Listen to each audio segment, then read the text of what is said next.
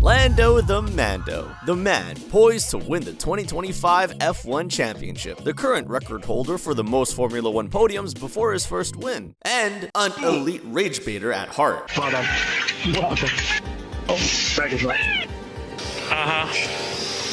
Simply lovely, huh? When Lando made his debut back in 2019, he was the people's sweetheart. Fast forward to 2025, and it's either he's trash-talking others or trash-talking himself. What is it about the car that is proving so tricky for you? Nothing, just lack of talent. But so far this season, he's been able to back up his words on the track. Still, with recent events shaking up the standings, the 2025 championship is far from settled. And the big question is, will Lando win the 2025 championship, or will Max Verstappen pull off the greatest comeback of all time? Speaking of recent events, Las Vegas 2025. Honestly, nothing made my heart swell more than the return of Joshua Pierce. But why is that whenever F1 races in the USA, the focus rarely stays on the race itself? This time, the spotlight shifted immediately to what happened afterward. Lando and Oscar both got disqualified. Sunday was basically a dream come true for every Verstappen fan on the planet. Qatar was even a far better result for Max fans. But let's hold our horses for a moment. We'll get to that in a bit. Pretty sure the FIA initially only investigated Lando, but then Zach Brown stepped in and said, hey, why not check Oscar too? Because if there's one thing Zach Brown has shown over and over again, it's his ability to glaze Lando.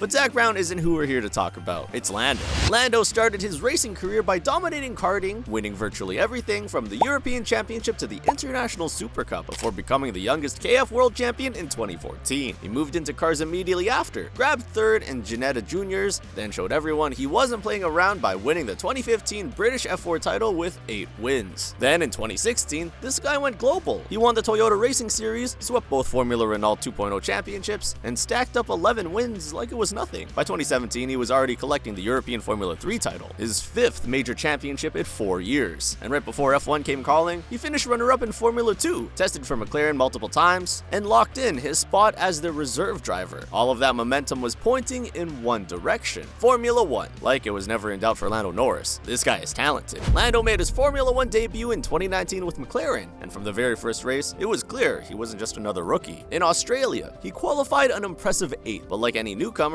he faced the usual growing pains. His first points came in Bahrain, a milestone for any first-year driver. But the season wasn't without drama, because Lando would face his biggest problem in China. Perez very late on the brakes, gets ahead of Nico Hulkenberg in the Renault, and Kvyat's gone into Norris! Still, Lando consistently outqualified his teammate Carlos Sainz. This guy could match and sometimes beat more experienced drivers. By the end of his rookie season, he had finished 11th in the Drivers' Championship with 49 points, racked up 8 top 10 finishes, and posted season best results of 6th place in both Bahrain and Austria. He reached Q3 multiple times and edged Sainz in qualifying head-to-head, 11-10. But 2020 was the year Lando began turning heads for real. He claimed his first Formula 1 podium in Austria, finishing 3rd after a penalty for Lewis Hamilton, and even grabbed the fastest lap. Another good news, fastest lap as well, fastest lap. Oh yes, boys! Are those tears, mate? No, definitely not. Tears of joy, come on. You know, That season also showed his growing consistency, with 6 consecutive point finishes. By the end of 2020, Lando had finished 9th in the Drivers' Championship with 97 points. He scored 7 top 6 finishes, including 5th places at both the 70th Anniversary Grand Prix and Emilia-Romagna, and outqualified Sainz 9 times to 8. Remarkably, he completed the year without a single race-ending collision. Those mechanical failures, like a power unit issue at the Eiffel Grand Prix and early retirement at the Portuguese GP following contact with Lance Stroll, still cost him points. McLaren finished 3rd in the Constructors' Championship, with Lando contributing significantly to the team's resurgence, though his confidence occasionally came off a little strong. These moments showed a side of him that, while charismatic, could sometimes rub people the wrong way. We even saw this in the recent Las Vegas GP. No one else. They said you ran out of road. Yeah. I let Max have a win. Let him go. Let him have a nice race.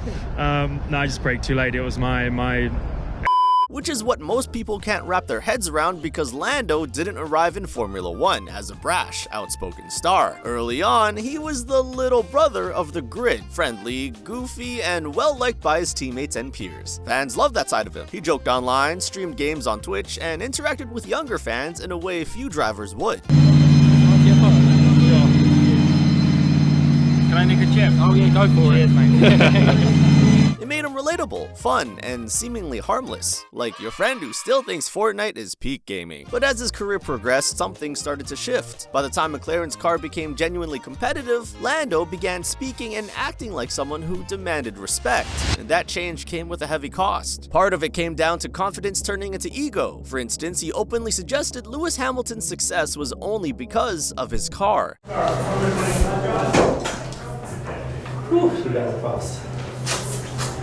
You know, you had a fast car 7 years ago. 7 years ago? Yeah, well, you had it. You know, you had a quick car. You made the most of it. No, it's us. I wasn't complaining. I was just complimenting your car. And he showed zero sympathy for Daniel Ricciardo during their time as teammates. Comments like these painted him as cocky, and for some fans, it crossed the line. When you talk as if you should always win, the pressure doesn't just affect you, it becomes a public expectation. And when he failed to meet it, the internet fried him. Now Lando has two modes. The first mode is trash talk. He confidently calls out rivals, sometimes in a playful way, but sometimes in a way that backfires. We've all had moments where we try to roast someone and end up roasting ourselves by accident. The second mode is self-hate or extreme self-criticism. After mistakes on track, whether crashing out, losing positions, or bottling a podium, he would openly beat himself up. The guy is a bit all over the place sometimes, and is overly defensive or emotionally unstable, creating the perception that he can't handle pressure. Basically, he's like a high-speed roller coaster.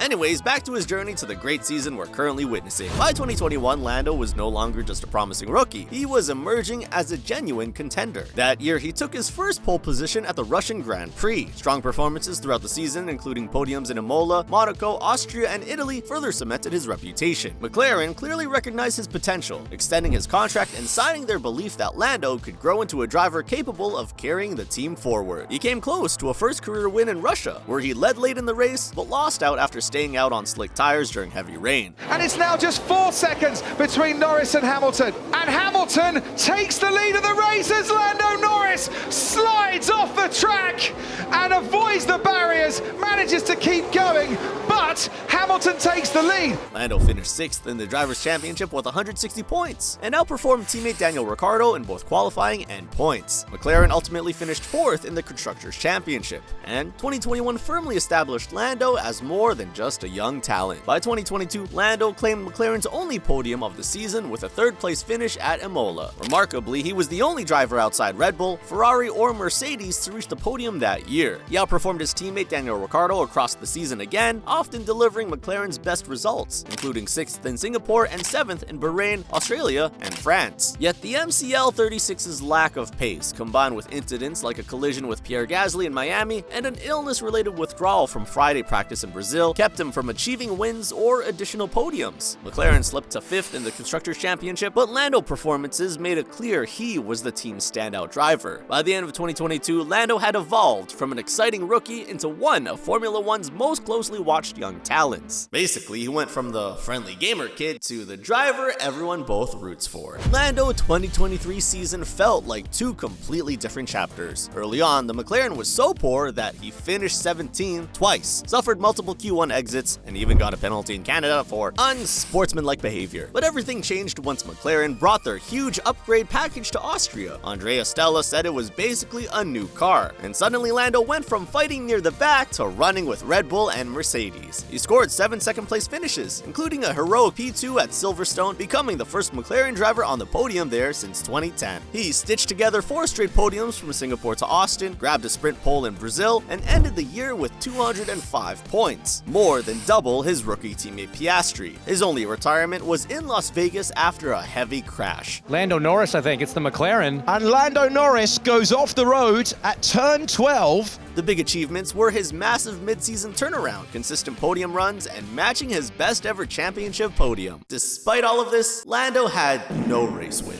several missed opportunities due to poor starts or strategy, and he lost multiple strong qualifying positions on lap 1. Plus, that early season slump cost him any shot at the top 4. Lando 2024 season was the breakthrough everyone had been waiting for. He finally took his maiden F1 win in Miami after 110 starts, tying the record for most podiums before a first victory, and then backed it up with a run that looked like a genuine title challenge. He collected multiple poles, grabbed 3 more wins, and stacked up podiums almost everywhere: Imola, Canada, Spain, Silverstone, Hungary, Singapore, Mexico, Monza, and more. He also set new personal records: 6 poles, McLaren's first back-to-back pole since 2012, and helped McLaren take their first Constructors' Championship since 1998. He lost crucial wins at Imola, Canada, Spain, and Austria due to start, strategy, or contact, moments he openly admitted cost him a real title fight. A Q1 elimination in Baku and errors in Qatar also weakened his driver's championship position, and he ultimately lost the title to Verstappen with 2 rounds remaining. Still,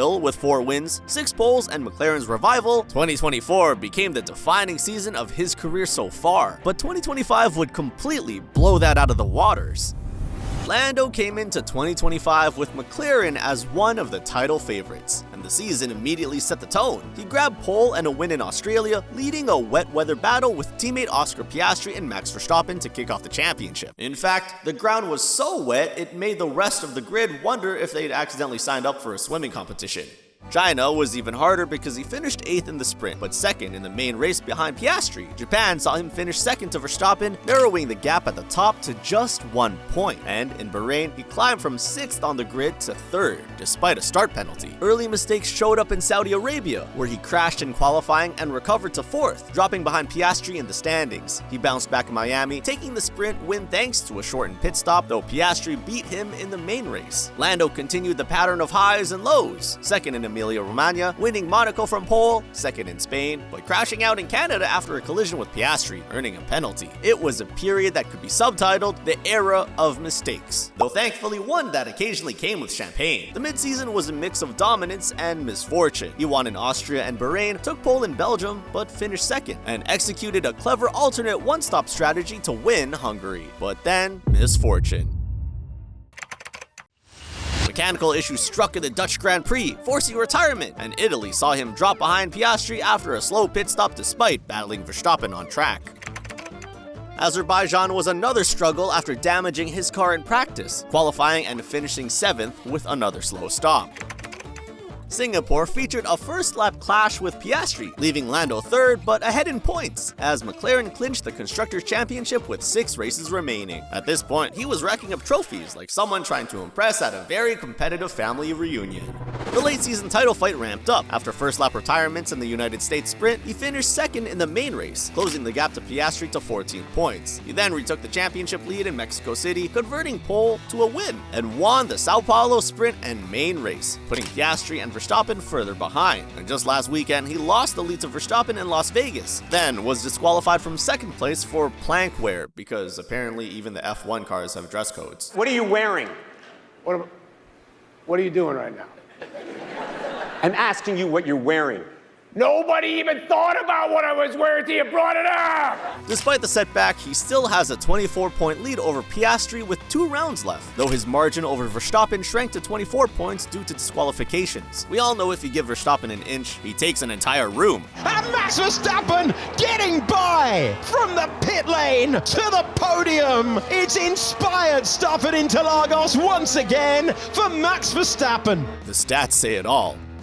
Fast forward to Qatar 2025, and Max has absolutely taken the entire room. Lando Norris, Max Verstappen, and Oscar Piastri are now heading to Abu Dhabi for a final race showdown, all because of one major strategy call or one major fumble that flipped the race on its head. The entire thing was a pure domino effect. It all started on lap 7. Pierre Gasly and Nico Hülkenberg collided at turn 1, leaving Hülkenberg's car stranded and triggered a safety car. This moment ultimately decided the whole race, because Pirelli had placed a strict 25 lap limit on the tires. The timing of the safety car was critical. 50 laps remained, so anyone who pitted at that moment would be forced into a predictable two-stop strategy. Every team understood this and immediately boxed their drivers, taking advantage of the free time gained under the safety car. Well, every team except McLaren. McLaren decided to stay out with both Norris and Piastri, believing that pitting early would lock them into a strategy with no flexibility later in the race. But by staying out, they gave up the biggest freebie of modern F1, safety car track position. It was like everyone found a 50-pound note on the floor and everyone picked it up except McLaren. This choice instantly put them on the back foot. Since Verstappen had already jumped ahead of Norris at the start, McLaren's decision meant they would inevitably lose the lead once they made their first stop. And when the race played out cleanly with no more safety cars, that's exactly what happened. Piastri drove brilliantly and should have won comfortably, but once McLaren committed to the alternate strategy, he was doomed to chase rather than control the race. Norris had an even tougher evening. While trying to build the gap needed for their final stop, he had a huge moment at turn 14 and almost crashed. Worried he damaged the floor, Norris lost time and only rejoined in 5th after his stop. He spent most of the closing lap stuck behind Kimi Antonelli's Mercedes until the Italian ran wide with 1 lap to go. Norris passed him, then hunted down Carlos Sainz, finishing 6/10 behind. That last-minute overtake on Antonelli earned Norris 2 extra points that could decide the championship. Up front, Verstappen did exactly what he needed to do. Red Bull stopped under the safety car, stuck to the simple strategy, and controlled the race.